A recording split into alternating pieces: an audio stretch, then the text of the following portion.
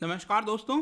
Recently अगर आपको याद हो तो मैंने एक वीडियो बनाया था जहां पर मैंने आपको बताया था कि एक सजेशन आया है आरबीआई के कमिटी के द्वारा कि एनबीएफसी जो होते हैं नॉन बैंकिंग फाइनेंशियल कंपनीज उनको बैंक का लाइसेंस दिया जा सकता है। जो कमर्शियल बैंक्स होते हैं उनको बैंक का लाइसेंस दिया जा सकता है। एनबीएफसीज भी अब बैंक में कन्वर्ट हो सकते हैं। तो इसके बारे में तो हमने ऑलरेडी डिस्कस किया हुआ था, लेकिन ये जो पैनल गठित किया गया था उनके द्वारा और भी कई सजेशंस दिए गए हैं प्राइवेट बैंकों के लिए, और ऐसा बताया जा रहा है कि जल्द ही वो सजेशन यहां पर लागू हो जाएंगे। तो यहां पर आप देख सकते हो RBI panel suggest raising cap on promoter stake in private bank. इस तरह के कई प्रकार के सजेशंस हैं, वो मैं आपको एक्सप्लेन करूंगा इस वीडियो में। चलिए आगे बढ़ते हैं। मैं हूं अंकित अग्रवाल और अपडेट के लिए आप मुझे फॉलो कर सकते हैं इंस्टाग्राम, फेसबुक और ट्विटर पर।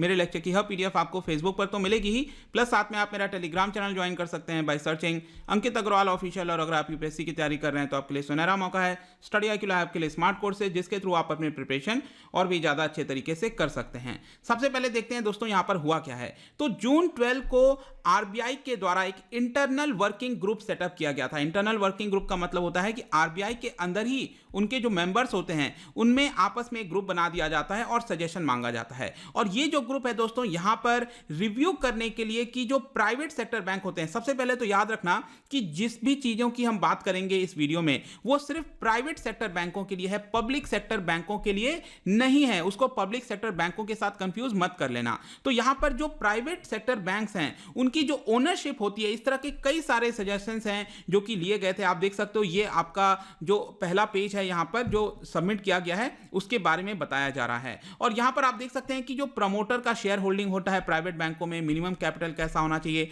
इन सब के बारे में डिस्कस किया गया था। और इसी में यहां पर एनबीएफसी को बैंक का भी लाइसेंस दिया जा सकता है। इसके ऊपर ऑलरेडी वीडियो बना हुआ है। मेरा रिक्वेस्ट है कि प्लीज आप इस वीडियो को जरूर देख लेना, काफी इंपॉर्टेंट था। मैंने बताया था कि जो बड़े एनबीएफसीज होती हैं 50,000 करोड़ से ज्यादा का जिनके पास एसेट है और 10 साल का एक्सपीरियंस है, वो यहां पर बैंकिंग लाइसेंस के लिए अप्लाई कर सकते हैं। अब हम देखते हैं यहां पर जो प्राइवेट सेक्टर बैंक हैं उनमें क्या क्या चेंजेस आ सकते हैं। मोस्ट प्रोबेबली जो भी रिकमेंडेशन दिया गया है ये सभी रिकमेंडेशन यहां पर अपना लिए जाएंगे और जल्द ही ये सभी प्राइवेट बैंकों के ऊपर लागू होगा। तो सबसे पहला सजेशन दोस्तों वो है आपका प्रमोटर्स स्टेक। देखिए प्रमोटर कौन होता है? किसी भी बिजनेस को जो स्टार्ट करता है, जो उसका मेन ओनर होता है, जिसने स्टार्टिंग से उसको बिल्ड किया है, जिसके पास जो मेन शेयर है, उसी को प्रमोटर कहते हैं। तो प्रमोटर स्टेक का मतलब यह हुआ कि एक बैंक है या फिर कोई भी कंपनी होता है उसमें से कितना हिस्सा अभी भी प्रमोटर के पास बचा हुआ है। सपोज कोई पर्सन है, ठीक है, जिसने यहां पर एक पर्सन ए है जिसने एक कंपनी को स्टार्ट किया था।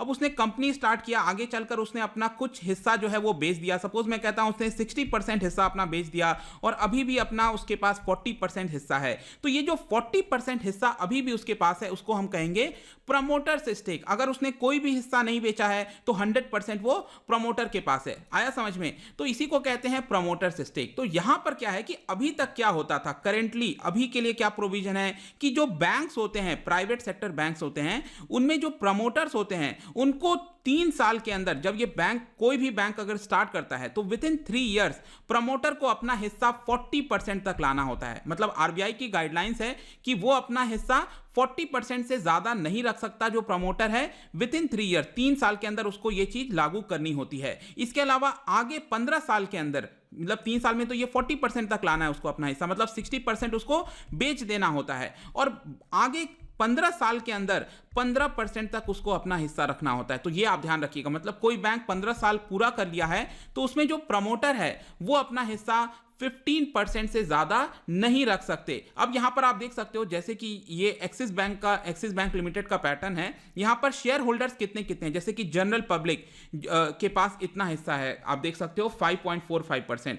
बाकी की जो फाइनेंशियल इंस्टीट्यूशंस हैं, म्यूचुअल फंड्स के पास कितना हिस्सा, ये सब आप देख सकते हो। और जो प्रमोटर है, अब आप देखिए यहां पर प्रमोटर के पास 14.47% हिस्सा है। कहने का मतलब क्या हुआ कि इन्होंने अपना हिस्सा 15% से रिड्यूस कर दिया। क्यों? क्योंकि आरबीआई की गाइडलाइंस ऐसे कहती है। तो अब ये जो नया वाला रिकमेंडेशन आया है कमिटी के द्वारा, इंटरनल ग्रुप के द्वारा, उन्होंने ये कहा है कि हमें इसको 15% तक करने की जरूरत नहीं है, हम यहां पर इसको 15% से बढ़ाकर 26% कर सकते हैं। तो ये यहां पर एक तरह का जो प्रमोटर है उसको बेनिफिट मिलेगा। प्रमोटर को अपना हिस्सा बेचने की जरूरत नहीं है जबरदस्ती, यहां पर 26% तक भी वो अपना हिस्सा बैंक के अंदर रख सकता है। ये आपका एक सजेशन दिया गया है, तो ये आप याद रखिएगा। दूसरा यहां पर होते हैं नॉन प्रमोटर। नॉन प्रमोटर का मतलब क्या हो गया कि वो हिस्सा जो कि प्रमोटर का नहीं है, बाकी जो हिस्सा है वो नॉन प्रमोटर का है। तो यहां पर नॉन प्रमोटर में बोला गया है कि यूनिफॉर्म कैप लगाया जा सकता है 15% का। कोई भी पर्सन है, ठीक है, वो 15% से ज्यादा हिस्सा बैंक के अंदर अपना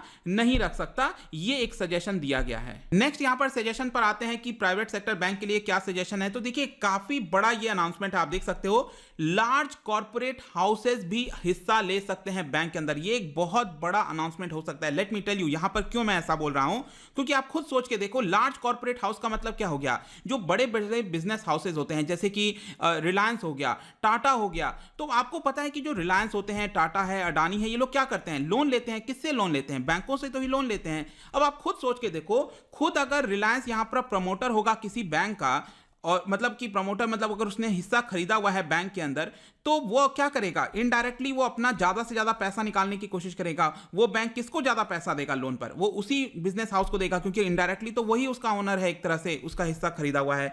तो यहां पर क्या था कि अभी तक ऐसा अलाउड नहीं था कि जो लार्ज कॉर्पोरेट हाउस हैं वो यहां पर कोई बड़ा हिस्सा नहीं खरीद सकते हैं बैंक के अंदर। लेकिन ये जो कमिटी के द्वारा, इंटरनल ग्रुप के द्वारा रिकमेंडेशन दिया गया है, उनका ये कहना है कि हम इसको अलाउ कर सकते हैं कि जो लार्ज कॉर्पोरेट हाउस हैं, रिलायंस हो गया, अडानी हो गए, टाटा हो गए, ये लोग भी यहां पर बैंक में अपना हिस्सा खरीद सकते हैं। लेकिन यहां पर प्रॉपर अमेंडमेंट होना चाहिए। जो बैंकिंग रेगुलेशन एक्ट है 1949 का, उसमें अमेंडमेंट करना चाहिए। यहां पर जो सुपरवाइजरी मैकेनिज्म है उसको और ज्यादा मजबूत करना चाहिए। यहां पर चेक्स एंड बैलेंसेस लगाने चाहिए, ताकि ऐसा ना हो कल के डेट में अगर रिलायंस ने किसी बैंक में अपना हिस्सा खरीद लिया और वो बैंक सिर्फ रिलायंस को ही खूब सारा लोन दे रही है, तो कल के डेट में हो सकता है वो एनपीए में कन्वर्ट हो जाए। तो इन सब सारी चीजों की देखभाल करनी चाहिए आरबीआई को, और तब जाकर ये वाला जो प्रोविजन है वो अलाउ करना चाहिए, ऐसा इंटरनल ग्रुप के द्वारा बोला गया है। तो काफी बड़ा रिकमेंडेशन है, क्या देखना होगा कि क्या आरबीआई इसको अपनाती है कि नहीं अपनाती है। फिर नेक्स्ट है यहां पर स्मॉल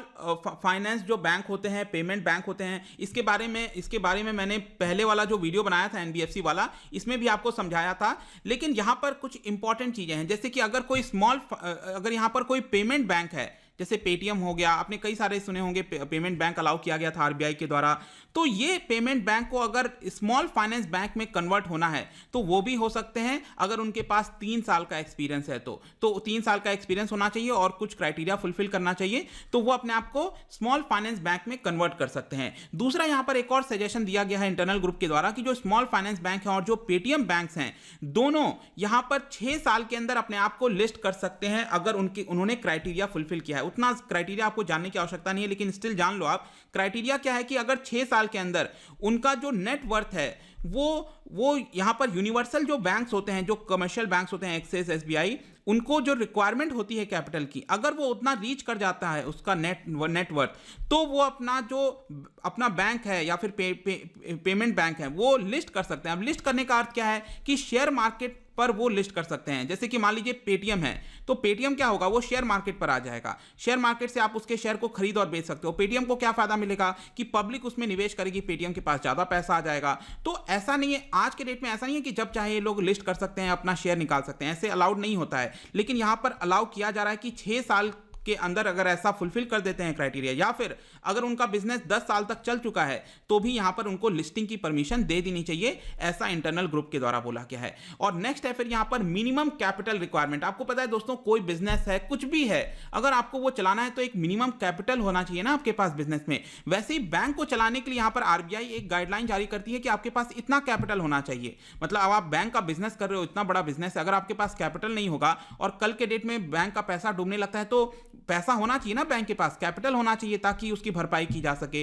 इसके लिए यहां पर समय समय पर ये जो कैपिटल है वो चेंज किया जाता है। तो यहां पर अभी तक क्या था कि 500 करोड़ का कैपिटल होना चाहिए किसी भी बैंक को अगर ऑपरेट करना है, चाहे एक्सिस हो, एसबीआई हो, कोई भी बैंक है, उसके पास 500 करोड़ का कैपिटल लगातार होना चाहिए, मिनिमम इतना कैपिटल, तभी वो बैंक को स्टार्ट कर सकते हैं। और स्पेशली आपने सुना होगा कि अक्सर हम कैपिटल एडिक्वेसी रेशियो की बात करते हैं। तो ये क्या होता है बेसिकली, यहां पर सरकार क्या कर रही है, एसबीआई में, कई सारे पब्लिक सेक्टर बैंकों में कैपिटल डाल रही है ज्यादा से ज्यादा, क्योंकि जितना ज्यादा कैपिटल होगा उतना ज्यादा वो लोग पब्लिक को लोन दे पाएंगे। अगर कैपिटल नहीं है उतना तो वो लोन नहीं दे सकते, ठीक है। तो इसलिए भी यहां पर कैपिटल की आवश्यकता पड़ती है। तो यहां पर क्या किया जा रहा है, प्राइवेट सेक्टर बैंकों के लिए बोला गया है इस इंटरनल ग्रुप के द्वारा कि 500 करोड़ से बढ़ाकर ये जो कैपिटल है, मिनिमम कैपिटल रिक्वायरमेंट, इसको 1000 करोड़ कर देना चाहिए सभी बैंक बैंकों के लिए, ठीक है। तो एक तो ये रिकमेंडेशन है। इसके अलावा जो स्मॉल फाइनेंस बैंक होते हैं उनका भी कैपिटल 200 करोड़ है अभी के लिए, इसको बढ़ाकर 300 करोड़ कर देना चाहिए। आई होप कि ये भी चीजें आपको समझ में आ गई होंगी। और एक और रिकमेंडेशन है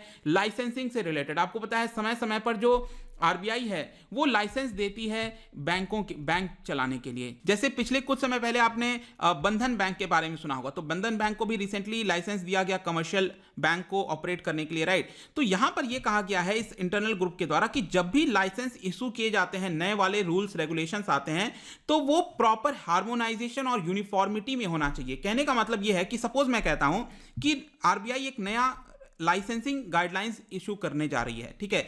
अब वो जो नया गाइडलाइंस आ रहा है उसमें बहुत ज्यादा रिलैक्सेशन दिया गया है, मतलब कि फायदा दिया गया है नए बैंकों के लिए। तो इसका मतलब क्या हुआ कि जो पुराने बैंक है क्या उनको कोई फायदा नहीं मिलेगा। इसके लिए इंटरनल ग्रुप ने बोला है कि अगर आप कोई भी नया गाइडलाइंस ला रहे हो और वो काफी रिलैक्स्ड है, काफी वो अच्छा है नए बैंकों के लिए, तो उसका बेनिफिट पुराने बैंकों को भी देना चाहिए, ऐसा इंटरनल ग्रुप ने बोला है। और यहां पर अगर कोई भी नया गाइडलाइंस ला रहा है जो कि बहुत ज्यादा स्ट्रिक्ट है, तो वो गाइडलाइंस आपके पुराने बैंक पे भी लागू होने चाहिए। तो एक तरह से जो लाइसेंसिंग का पूरा गाइडलाइंस है वो हार्मोनाइजेशन में होना चाहिए, यूनिफॉर्मिटी में होना चाहिए, ऐसा इंटरनल ग्रुप के द्वारा बोला गया है। अब जहां तक बात है कि कब तक ये लागू किया जाएगा, लेट्स सी, ये तो आरबीआई बताएगी, लेकिन माना जा रहा है कि जल्द ही इसको आरबीआई इंप्लीमेंट कर सकती है इन सभी गाइडलाइंस को। और काफी इंपॉर्टेंट गाइडलाइंस माने गए हैं यहां पर प्राइवेट बैंकों के रेगुलेशंस के पर्सपेक्टिव से। जाने से पहले मैं आपके लिए क्वेश्चन लेकर आया हूं। यहां पर आपको बताना है statement regarding banking system in India. 2 statement हैं, इसको अच्छे से पढ़िए, ध्यान से पढ़िएगा एंड लेट मी नो इसका आंसर क्या है। इसका जो राइट आंसर है मैं अपने इंस्टाग्राम पर तो डालूंगा ही,